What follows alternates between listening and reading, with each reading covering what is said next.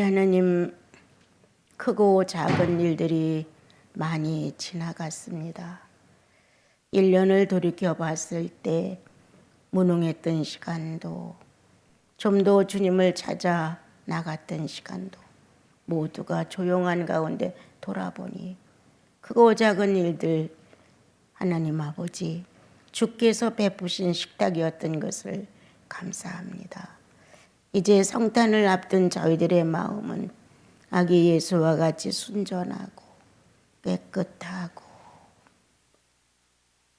순진무구하여서 다른 것들이 섞이지 않도록 저희들 마음을 주장하사 거룩하신 어떤 천사의 움직임보다 거룩한 성도들의 움직임이 더욱 내 아버지를 기쁘게 해드리는 것을 압니다.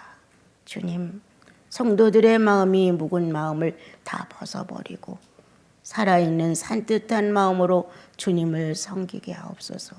어제까지의 나를 생각하지 말게 하시고 온전히 벗어나 이제는 새로운 마음으로 새로운 영으로 주님을 사랑하게 하옵소서.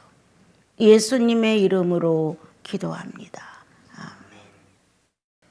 하나님께서 모든 창조물을 땅에다 내놓으시고 그 모든 창조물들이 연합해 살아갈 수 있는 것과 어떻게 하면 그 관계가 유지될 수 있는 것인가의 무서운 법도는 보이지 않는 마음의 사랑이었습니다. 그걸로 모든 것을 다 관리하시고 그 사랑으로 통제를 하시고 또 그 사랑으로 운영을 하시고 이렇게 사랑으로 연결된 아버지 나라가 존재하게끔 하시려고 계획을 세웠고 창조를 하셨습니다. 그러나 아담이 하와를 통하여 범죄함으로 인하여 하나님의 사랑을 박차고 자기 자의 만족을 따라 에덴에서 쫓겨나가게 됐습니다. 그때부터 인류는 사랑 없는 냉랭한 지구가 됐고 또 사랑 없는 관계가 되어버렸습니다. 하나님은 여전히 사랑이라는 면목하에 우리를 이끌어가지만 우리는 하나님을 거절한 거부성이 있어서 사랑을 해도 사랑으로 인정을 안 합니다. 그러한 이제 삶을 살고 있다가 하나님은 사랑이시라는 내용을 실천하셔서 정말 예수 그리스도를 보내셔서 내 사랑이 어떠함을 너희로 하여금 알게 할 것이다. 이렇게 말씀하시고 독자를 아끼지 아니하시고 십자가의 못을 박아 죽게 했고 그리고 다시 사흘 만에 일어나 그분이 죄가 없다는 사실을 증명하셨지요. 그러므로 인해서 사랑이 와서 하나님의 사랑이신 예수 그리스도가 이 땅에 오셨어요. 목적은 뭐냐? 사랑을 회복하려고, 사랑을 찾아서.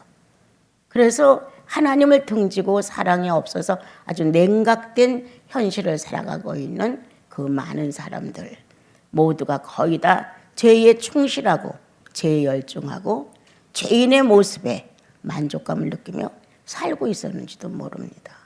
그런데 예수 그리스도를 하나님의 사랑의 증표로 사랑하고 있다는 사실을 증명하기 위해서 보내주셨습니다.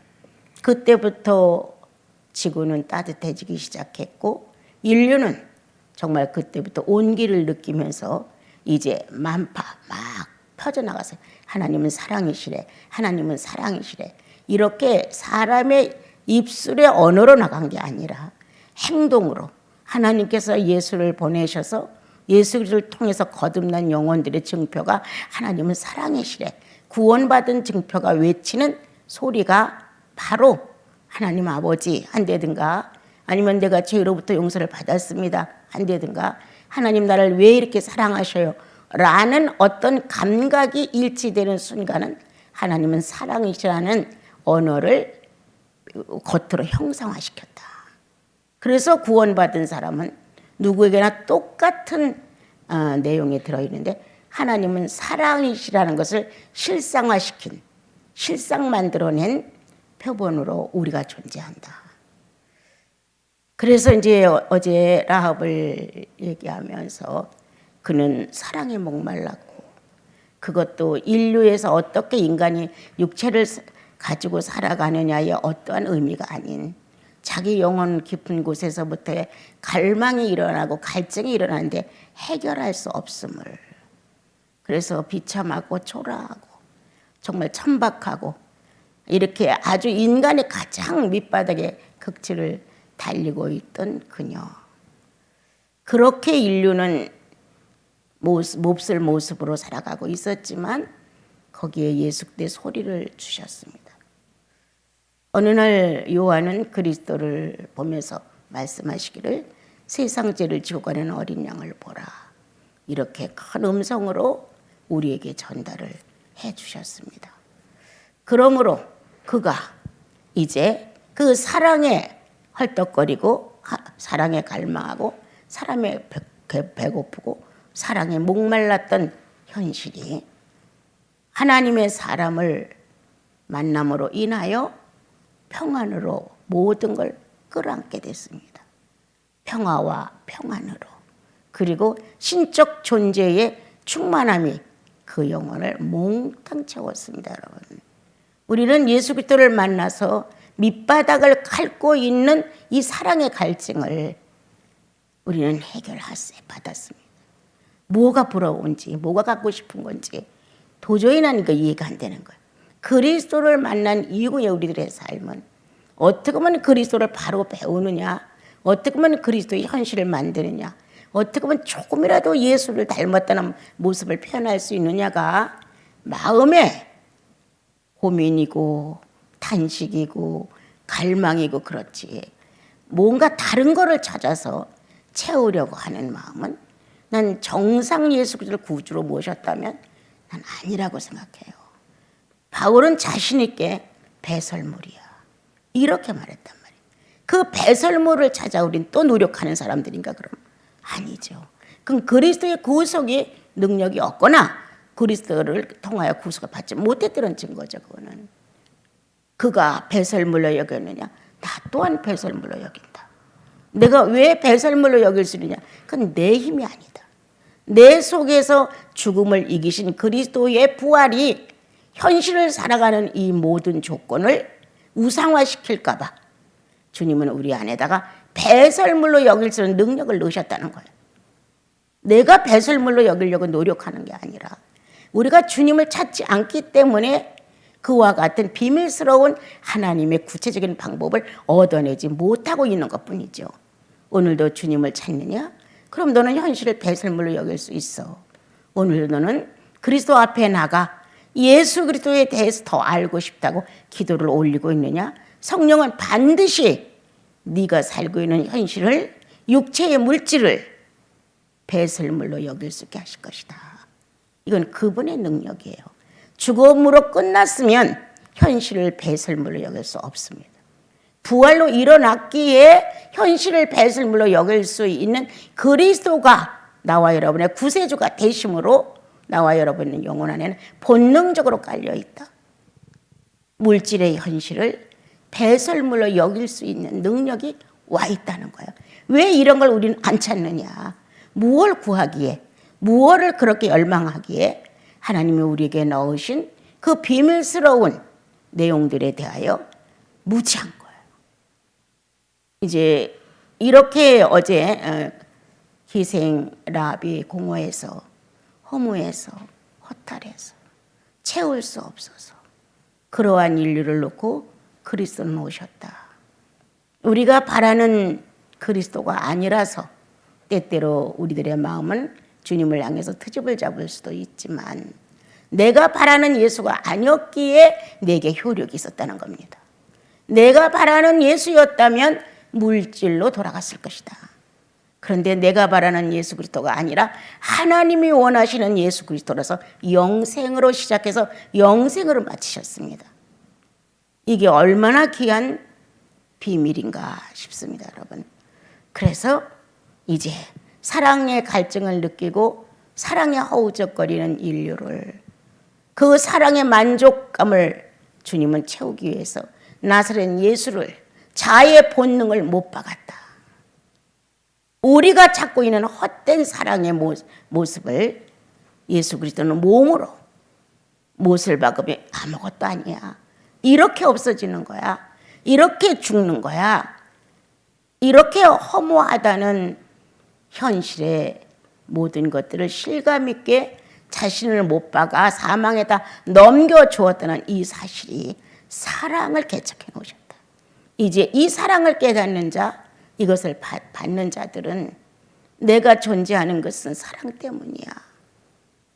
예수 그리스도를 사랑할 수 있도록 하신 하나님이 계시기에 난 사랑할 수 있어. 난 처음에 신앙을 갖고 수년간을 살았을 때는 사랑을 받는 데 급급했어요. 예.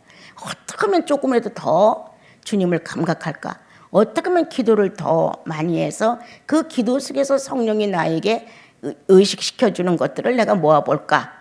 이런 마음이 아주 강했기 때문에 남보다 기도를 더 많이 할 수 있었는지도 몰라요. 그런데 주님께서 그게 아니라는 사실을 깨닫게 하셨죠. 거기에 가장 큰 힌트를 준 것은 구원이 누구를 위한 것이냐라고 질문을 하셨습니다. 구원이 누구를 위한 것이냐? 나는 나를 위했다고 생각했습니다. 그래서 내가 그 이기심을 벗어나지 못했던 거예요. 그런데 주님께서 구원은 하나님 자신을 위해서 한 거예요. 주님 자신을 위해서 구원이 필요했다고 하는 방향이 딱 바꿔지면서 달라지기 시작했어요. 예, 이제 사랑을 받는 데 급한 게 아니라 사랑하는 데 바빴어요. 정말 이 사랑의 수업에 들어가서 사랑할 줄 모르는 나는 어떻게 사랑을 하는 것인지 몰라서 매일 어떻게 하는 겁니까? 어떻게 하는 겁니까? 성경을 많이 읽는 겁니까? 기도를 많이 하는 겁니까? 찬양을 많이 부르는 겁니까? 내가 보고 느끼고 알 수 있는 지식은 그것뿐이었어요. 남을 위해 희생한다는 것도 그렇게 심각하게 받아들이지 않았어요. 다만 그분 앞에 앉아서 내가 어떤 모양새를 갖추고 있는 것이 이것이 사랑하는 것일까? 그렇게 애가 타면서 시간을 조금도 낭비하지 않으려고 정말 물 먹는 것도 한 번 화장실을 가는 것도 아끼고 아꼈어요. 그래도 사랑을 깨닫지 못했어요. 1년이 가고 2년이 가고 어떤 방법으로 사랑해야 되는지 성경을 무던히 읽어 내려가지만 여기서 사랑이 나에게 구체적인 방법을 얘기해 주지 않는 것 같은 거예요. 눈이 안 띄었으니까. 그래서 읽고 또 읽고 읽고 또 읽고 이러며 나는 무지한 그 상태 그대로에서 사랑을 갈망하고 나도 사랑하고 싶다 그러고 사랑을 쏟고 싶고 이러한 마음이 아주 내 안을 꽉꽉 채웠죠. 그렇게 이제 가다가 내 마음에 어느 날 그냥 하루아침에 뭐가 이루어지는 건 아니에요. 희생하고 사실은 희생도 아니야. 좋아서 하니까. 그렇지만 이제 사람들이 봤을 땐 순전히 전폭적인 희생. 이러한 것들이 이제 주님께로 가면서 생각도 주님 한 분으로 마음도 주님 한 분으로 모아지더라 이 말입니다. 그래도 안 돼. 그래도 사랑이 내 안에서 정상적인 형상을 이루는 것은 아니었어요, 여러분. 그런데 갑자기 주님의 말씀과 더불어 그냥 무심코 이렇게 내가 놀래더라고요. 아니었구나. 욕망이었구나. 탐욕이었구나. 나는 주님을 놓고 탐욕을 구했구나. 이런 마음이 들어왔어요, 영혼 안에. 그런데 내가 봤을 때는 사랑하려고 허덕였기 때문에 탐욕이었다, 탐욕을 취했다 이런 거 상상도 못 해봤어요. 그런데 나도 모르게 내 입에서 그 말이 나오면서 나는 감정적 사랑을 요구하고 있구나. 나는 무언가 이걸 많이 읽어서 성경을 많이 읽어서 성경에서 방법을 얻어내서 이걸 얼마만큼 내가 취득을 해야 한다. 이야, 난 지식적인 요구에 불타고 있었구나. 이렇게 지식적인 요구에 불타고 있고 감정으로 부풀려서 뭔가 뜨거워지고 이 안에서 감동이 오고 이런 데다가 기준을 했구나. 그런데 눈물이 팍 쏟아지더라고요. 이 많은 수고가 다 무효야. 어떻게 수년간 정말 먹는 것도 마시는 것도 누구를 만나는 것도 철폐하고 그분을 이렇게 갈망하는데 이게 다 무효야? 이런 마음이 들으면서 눈물이 막 서러운 눈물이 원망의 눈물인지 서러움의 눈물인지 안타까움의 눈물인지 막 툭툭툭툭툭툭 막 떨어지더라고요. 뭐야 그럼 아무것도 아니야? 수년간의 내 모든 게 아무것도 아니야? 이런 마음이 들었는데요. 그리고 나서 이게 너무 허전했어요. 그러고 나면 아주 오랫동안 병중에 시달렸다 나온 사람처럼 이 마음의 기력이 약해져요. 그리고 허탈해요. 뭔가를 막 먹어서 채워야 될 것 같은 그러한 기력이 쇠해진 내 모습을 발견하게 됐어요. 그때 내 마음 안에 들어앉은 주님, 사랑은 의지야. 상상도 못 해봤어요. 여러분 그런 책도 난 그때 못 봤어요. 그런 말도 못 들어봤어요. 사랑은 의지야. 사랑은 의지라는 내용이 나를 탁 붙들어 주더라고요. 그렇지만 이 사랑의 의지를 어떻게 해야 되는 건지 그것도 또 한 세월이 흘렀어요. 안타깝고 또 안타깝고 어떻게 해야 좋을지 모르며 그러면서 이제 어린아이가 엄마, 아빠 이렇게 배워가듯 사랑의 의지를 심령 안에서 움직여지는 걸 알게 됐어요. 그 지난날에 감성에서 움직였던 감동이 아니고 이 심령 안에서 사랑의 의지가 그렇게 움직이고 있는 사실을 알게 됐어요. 이런 거였구나. 나는 감정 플러스 알고 싶은 욕망 플러스 지식 여기에 많이 매달려서 사랑을 배우려고 노력을 했어요. 그런데 어느 날 사랑은 의지야. 이렇게 전달됨으로 인하여 감성에서 느꼈던 감동력과 같은 내용의 능력이 내 영혼 안에 의지 안에서 존재하고 움직인다는 걸 깨닫게 됐어요. 성령의 감동은 사라지지 않는다. 쉽게. 성령의 감동은 그냥 기뻐서 날뛰는 감정이 아니다. 성령의 감동은 반드시 인격화된다는 내용이 꽉 와닿았어요. 여러분 인격이라는 낱말도 우리 교계에서는 안 썼어요. 정말 안 썼어요. 내가 지정의를 설명할 때에도 사람들은 그렇게 못 알아들었어요. 나도 모르게 막 좋아서 울기도 하고 기뻐서 울기도 하고 이거 찾아서 내가 이렇게 오랜 세월을 헤맸나 하기도 하고 하면서 알기 시작을 조금 했죠. 그래서 성경을 볼 때도 단정히 앉아보는 내 모습. 진실이니까. 이걸 빨리 보려는 게 아니라 이것을 보면서 내 하나님 아버지의 마음을 알고 싶다는 이 진실함. 이런 것으로 인해서 이제 자세도 바뀌고 모든 삶의 내 표현은 이제 그 사랑의 의지 안에서 새로워지는 것을 알게 됐었죠. 예. 어마어마한 수업이었어요. 그건 어떻게 다 말할 수 없는 수업이었어요. 그렇게 이제 사랑 수업을 했어요. 그런데 오늘 룻은 사랑의 완전자입니다. 이제 그 라합이 찾던 사랑의 갈망을 예수 그리스도가 오심으로 인하여 우리 안에 체험이 됐는데 우리는 그 체험의 사랑에 대하여 인격 하나를 형성하는 것에 대해 배우지를 못했어요. 가르쳐주질 않아. 그냥 가서 예배만 드리고 그냥 수다 하나 떨고 모여서 좋고 이러고 끝나오면 그만이지. 예수는 이렇습니다. 예수 믿으면 이렇게 됩니다라는 구체적인 인격의 발음을 가르쳐주지 않았단 말이에요. 그래서 기생 라합이 예수를 만나 성령을 만나 사랑을 만나 이제 무언가 뿌듯하게 새로운 평화와 안식을 가졌지만 그렇게 사랑의 완전자로 쓰지는 않았습니다. 구원받고 성령 받은 것만 갖고는 안 됩니다. 라합 정도는 그 정도입니다. 여러분.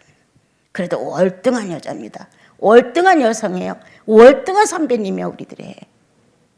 그런데 이제 룻은 사랑의 완전자. 그냥 깨닫고 감동받고 구원받고 그냥 성령 받은 그 수준이 아니라 나오미는 이렇게 불행을 만나 룻기 1장 이제 보게 되면 2절, 3절, 4절, 5절 쭉 읽어가면 이제 모압으로 가서 예루살렘을 떠나 모압으로 가서 남편과 두 아들과 살게 됐는데 어느 날 남편이 세상을 떴죠. 두 아들도 떴죠.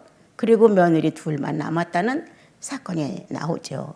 거기에서 룻이라는 며느리가 있었습니다, 여러분.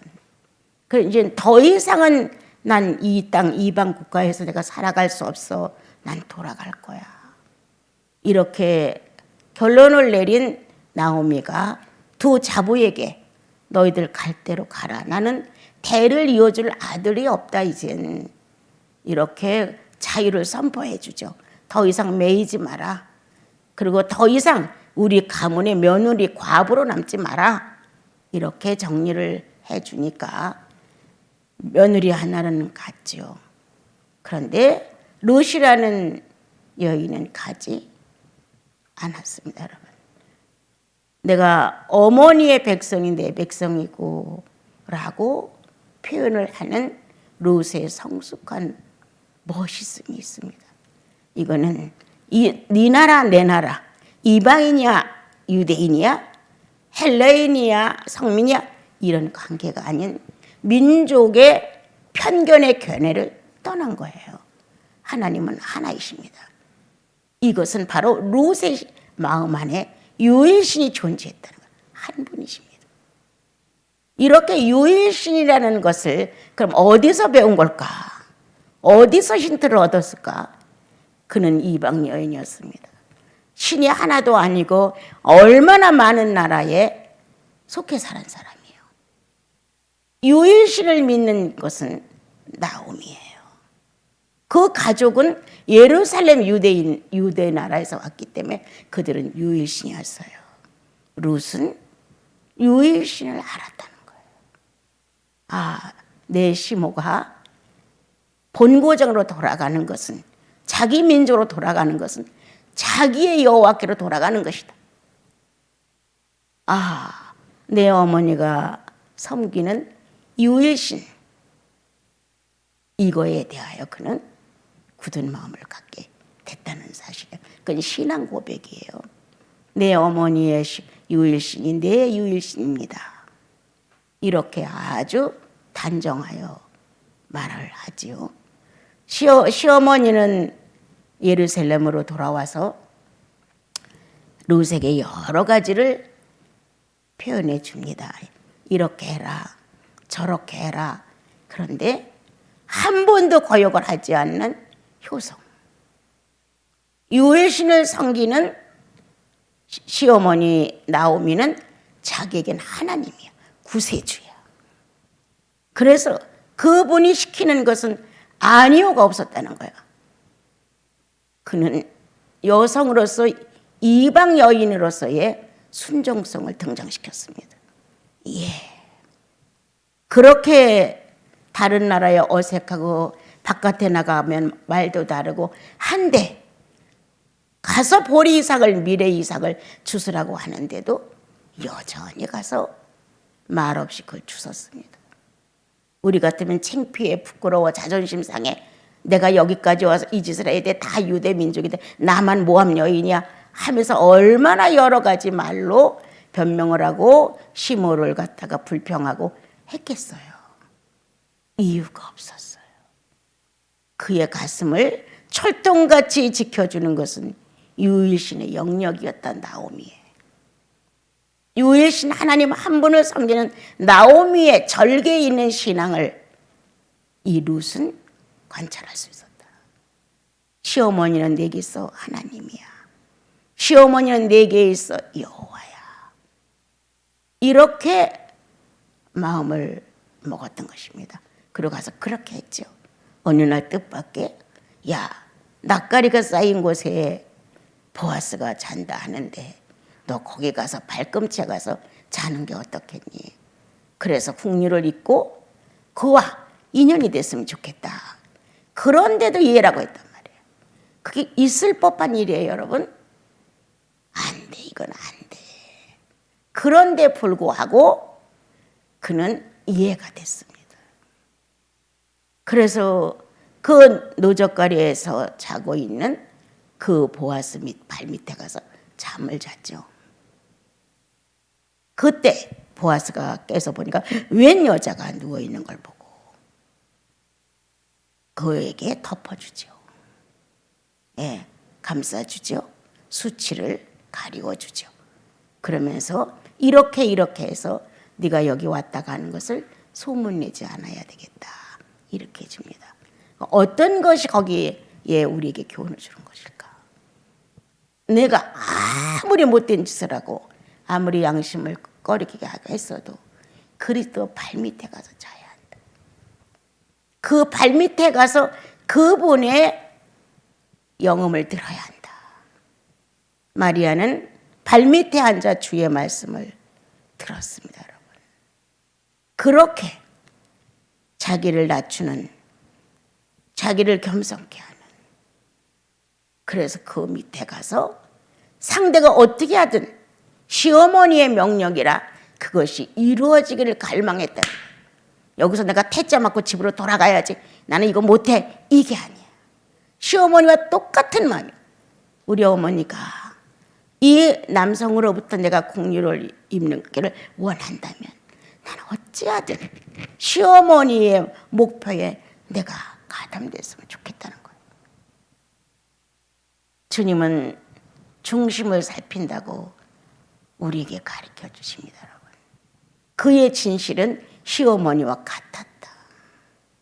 그의 기도는 시어머니와 같은 기도였다.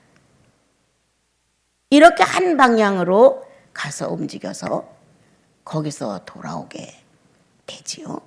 끝내는 이제 보아스와 결혼할 수밖에 없는 상태로 모든 일이 끝장이 납니다. 그래서 아기를 낳았을 때 룻이 보아스와 결혼해서 아기를 낳는데 나오미가 낳았다고 정리를 하십니다. 자, 그럼 여기에서 나와 여러분은 우리는 사랑의 방황자가 아니다. 예수 그리스도를 만난 그때부터 우리는 사랑이 정착되어 있습니다. 어떤 사랑을 배워야 되느냐? 성부의 속성에 관계된 인격을 다 배워야 한다. 그것이 다 실천된다고는 보지 않지만 적어도 기본적인 성부는 인자해, 공의로워, 이런 어떤 특성, 그건 거룩해, 이런 특성을 만약에 5가지라면 적어도 5가지 정도를 습득해야 한다. 내 인생 살아가면서 죄인으로 마구 썼던 이 나의 기구를 이제는 하나님의 본성과 하나님의 속성을 아는 데다 이 기구를 써야 한다. 그래서 한동안 우리는 없는 그 어떤 길을 새로 개척하고 있는 건지도 모릅니다, 여러분. 그래서 성부의 마음으로 우리는 재창조된다. 새로 거듭났다고 말합니다. 우리는 재창조라고 말합니다. 그리고 우리는 새날이라고 말합니다.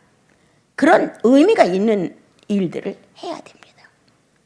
오늘도 우리는 새 창조, 새 지식, 새 영으로 성부의 속성을 배우는데 마음을 다 쏟는다. 그리고 마음의 의지가 움직여지는 현실이 와서 그것을 실천할 수 있어야 될 문제가 왔다. 동기는 불순하게 올 수도 있고 선하게 올 수도 있다.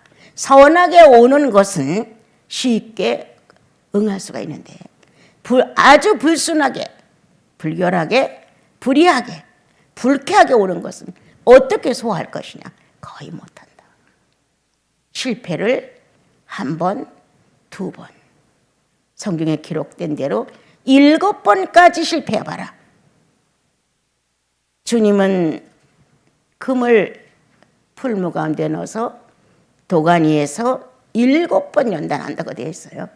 7번 정도 똑같은 문제로 실패한다면 그 7번의 쓰라림은 내 안에 완성된다. 성부의 속성을 놓고 인자하신 아버지의 속성이 내게 없어. 난 절대 인자하지 않아요. 그렇지만 인자할 수 있게끔 인자를 베풀 수 있는 기회가 왔는데 처음엔 실패한다. 또 실패한다. 또 실패한다. 3번 이상 실패하면 안 하고 싶어요, 여러분. 이 고비를 넘겨야 한다. 안 돼. 7번이라도 계속해서 이 수치와 부끄러움, 이렇게 미약하고 내가 믿음이 없어? 나를 관찰할 수 있는 시간이 온 거예요. 난 이런 인간이었어요. 좌절도 하고 용기도 내보고 다시 도전도 해가면서 7번 넘어져 봐라. 8번째는 일어난다고 성경은 기록하신다. 그렇게 해서 연단된 성부의 인격의 사랑이 있느냐. 무엇로 진리라고 말하고 우리가 뭘로 연합을 해요? 성령 안에서 인격으로 연합을 하는 거잖아요, 여러분. 성부에 대하여 여러분들이 거룩이라면 거룩하지 못한 자신을 봐. 아주 불순해. 그러한 자신을 보면서 거룩을 사모해. 그리고 거룩을 도전해.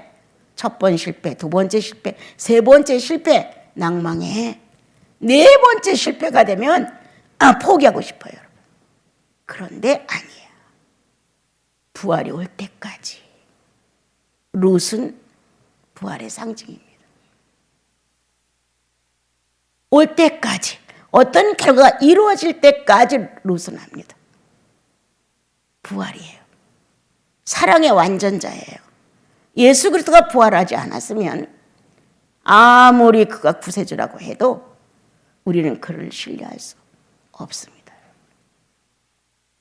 자, 어느 날 뜻밖의 주님은 성자의 속성을 설명했다고 쳐봐요. 그는 겸손하시다 했어요. 난 겸손하지 않아. 조금만 무시당했다 하면 아주 난리가 나죠. 자기가 교만하지 않기 때문에, 느낌이 없기 때문에 교만하다는 생각이 없는 거예요. 그런데 무시당해보면 알아요. 교만해요. 네, 안 인정하고 싶은 거예요. 그런데 자기는 교만하지 않다는 거예요. 당신은 교만해. 그러면 아우 나는 교만하진 않아요. 이렇게 말한단 말이에요. 그럼 당신이 무시당했을 때는 어떤데? 무시당했을 때, 자존심이 상했을 때 보면 교만하게 툭 튀어나와요, 여러분. 이제 그걸 발견하기 시작했어요. 예수께 가야죠. 예수께 가서 그 발 아래 앉아. 어떻게 겸손하게. 주님, 나 실패했습니다. 난 조금도 낮아지지 않았고 겸손하지 않음을 난 발견했습니다. 이렇게 고백을 해가며 1번, 2번, 3번, 4번 거쳐가면서 탄식이 나와. 이야, 인간은 모질구나. 이렇게 죄성이, 악성이 강하구나. 이런데 내가 은혜 받았다고 손뼉을 치고 찬양을 불렀어. 이런데 거저 받은 거니까 마음대로 사용했어. 우리는 이렇게 사는 거예요. 그래서 이제 4번이 지나가 5번째 와서 주님, 내 힘으로는 안 돼요. 난 도저히 할 수 없습니다. 주님, 나는 교만해요. 아주 검한 덩어리예요. 겸손한 척 아주 나는 공작사예요, 주님. 나의 속성에 대하여 우리는 고백을 하고 탄식을 하며 나 같은 죄인 살리신 주 은혜 고마워 라는 찬양이 마음에서 우러나기 시작을 합니다, 여러분. 그리고 또 실패했어. 6번째. 나는 불가능해. 근데 자신감이 생겨. 고비만 넘기고 나면 불가능한 거 안 될 것 같아. 근데 아니야. 이 안에 힘이 있어. 가능해. 6번 지나고 나니까 용기가 나옵니다, 나는. 가능해. 할 수 있어. 그리스도가 다시 사셨잖아. 사신 힘을 나를 위해 주신 거 아니야.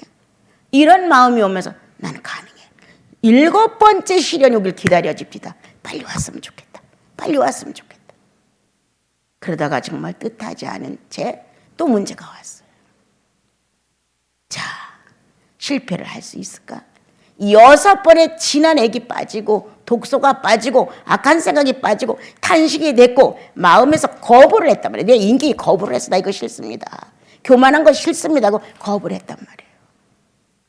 그러면 이 하느님이 성령이 어루만지시고 또 어루만지셔서 이제 겸손이 어떤 것인가를 이해.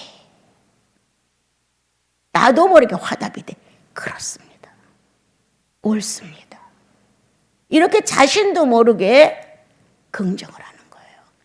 뭐 믿습니다 하고 뭐 소리를 치고 아우성을 치고 그게 아니에요. 네, 그렇습니다. 맞습니다. 이렇게 수긍을 하고 그 말씀은 영접이 돼 마음 안에. 겸손하신 예수 그리스도요. 그렇게 친근감 있게 나갑니다. 그러고 나니까 그리스도요. 당신의 겸손을 사랑하고 싶습니다. 이렇게 나도 모르는 사이에 나는 7번의 연단 속에 변화가 온 거예요.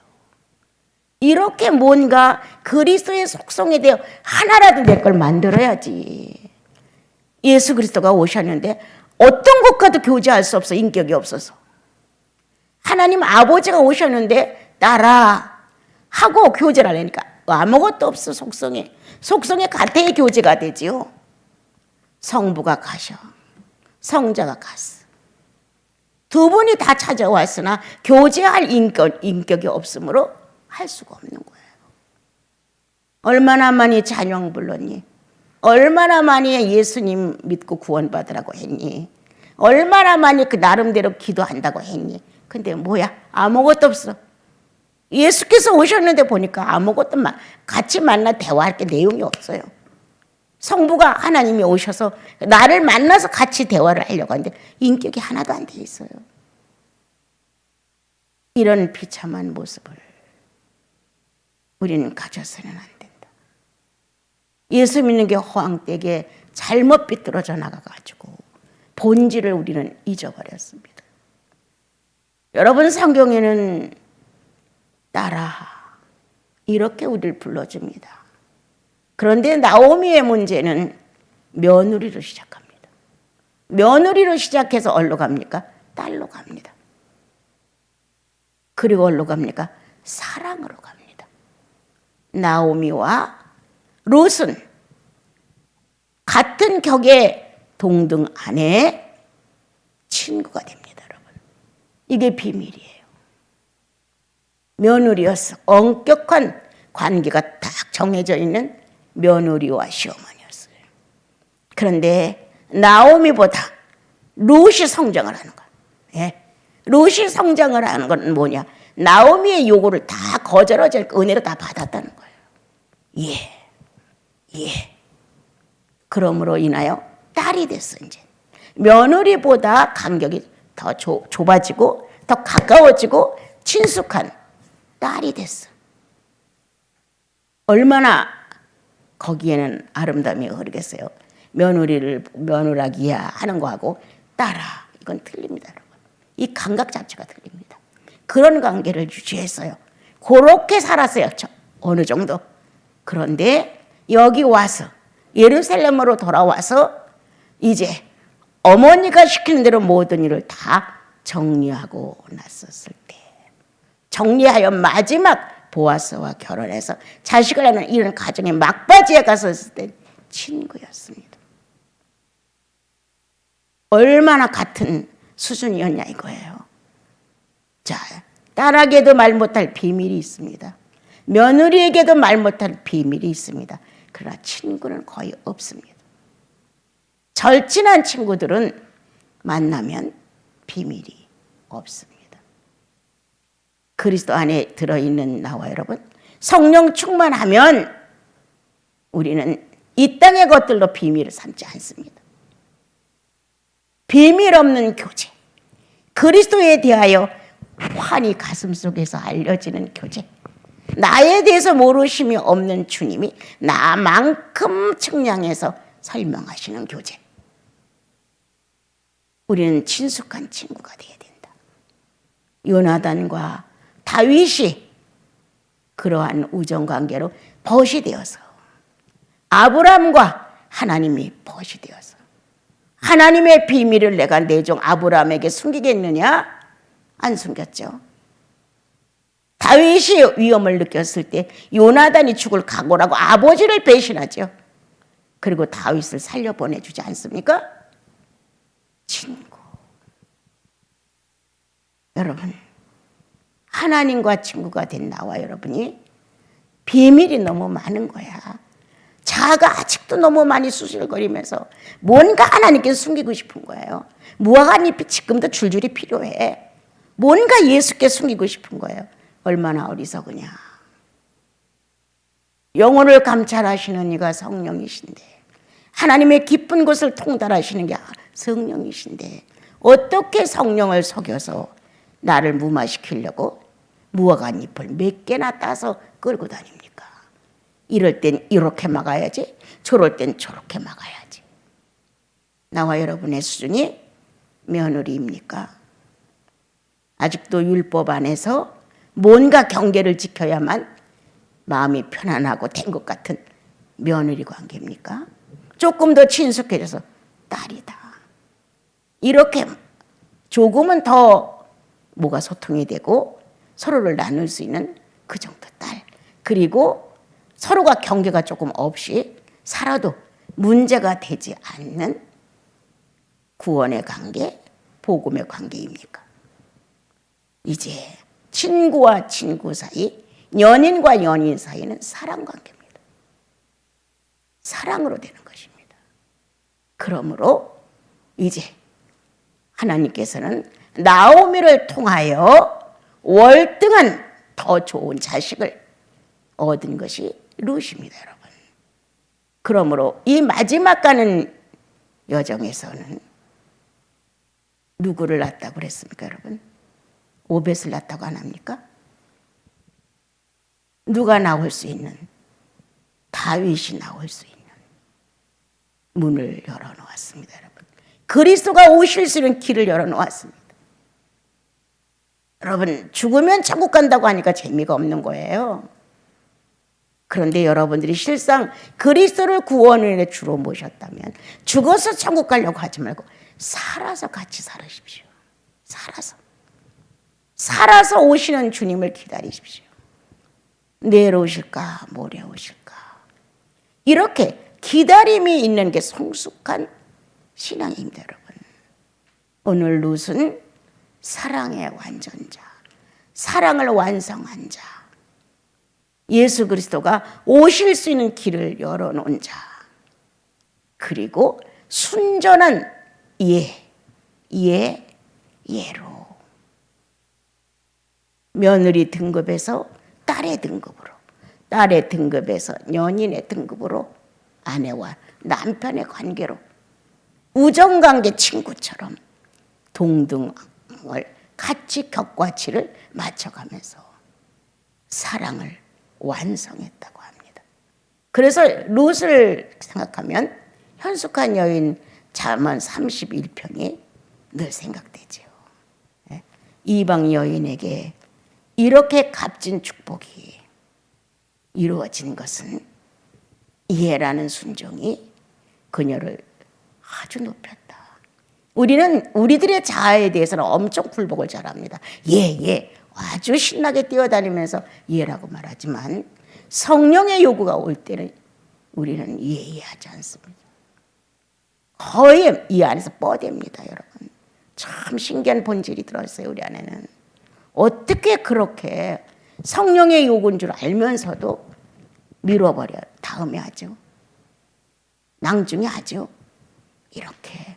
그러므로 친구와 친구 사이에 신뢰가 깨진다.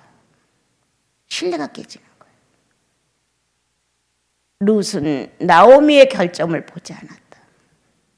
룻은 시어머니의 약점에 대하여 관심 없었다. 그럼 뭐냐? 그 속에 들어있는 여호와 실을 봤다는 거예요. 그 바깥으로 드러나는 미완성적인 나오미의 부족한 비인격은 그분 거고, 이 룻은 그 어머니가 섬기는 하나님의 실체를 알았다는 거예요. 나를 통하여 연약한 부분이 간혹가나 어떻게 안 나타나겠어요. 그러나 가장 중요한 것은 예수 믿어가는 삶 중에 상대 안에 예수가 있는 걸 발견케 하는 것이다. 내 속에 예수가 있다고 하는 걸 상대가 알아야 된다는 거예요. 그게 성숙한 성도, 사랑을 완성한 성도가 됩니다, 여러분. 그러므로 오늘 세 번째 날에 룻은 사랑의 완전자. 그래서 현숙한 여인으로 그녀가 축복을 받았고 메시아가 올 수 있는 길을 열어놓았습니다. 나와 여러분, 세 분의 하나님이 나를 찾아오셨을 때 교제될 수 있는 인격이 서로를 그리워하고 있나 찾아봐야 합니다. 서로를 그리워해야 됩니다. 하나님의 인내가 내 인내와 서로 기다려지는 거예요. 서로 그리워해야 돼. 하나님의 사랑과 내 사랑이 서로 그리워해야 돼. 하나님의 진실과 내 진실이 서로 그리워해야 돼. 하나님의 겸손과 내 겸손이 서로 그리워해야 돼. 이렇게 같은 공통점의 인격들이 서로 그리워해서 만나는 것은 하나님의 뜻이 이루어지는 것이다. 내 뜻대로 마옵시고 아버지의 뜻대로. 말로 몇천 번을 외워서가 아니라 실제로 그렇게 해드리는 것이다. 그러므로 성령과 연합되어 있는 오늘날의 모든 성도님들은 사랑의 완전자로 서야 합니다. 더 이상의 무엇을 요구하지 말고 세 분의 속성과 만나 교제하고 사랑을 나누고 비밀을 하나로 할 수 있는 사랑의 충만함이 있어야 하고요. 그리고 남의 약점에 대하여 관심 갖지 말고 그 속에 있는 예수, 그도 구원받고 예수님을 구주라고 했겠지. 그래도 예수 믿고 하나님과 더불어 교제하며 성령이 존재하시겠지. 그걸 봐주는 거예요. 성령이 존재한다는 이 위대한 사실, 이 인간 이 작은 두 평도 안 되는 이 몸집 안에 성령이 존재한다는, 하나님이 존재한다. 그 자체가 너무 소중한 거예요. 나오미는 시어머니의 약점보다, 시어머니의 결점보다 그 가슴에 있는 여호와를 만났다. 그리고 번번이 어머니를 통해서 나오는 모든 것을 자기를 연단시켜주는 확실한 내용이라고 믿었다. 그러므로 메시아의 족보가 됐다는 사실입니다.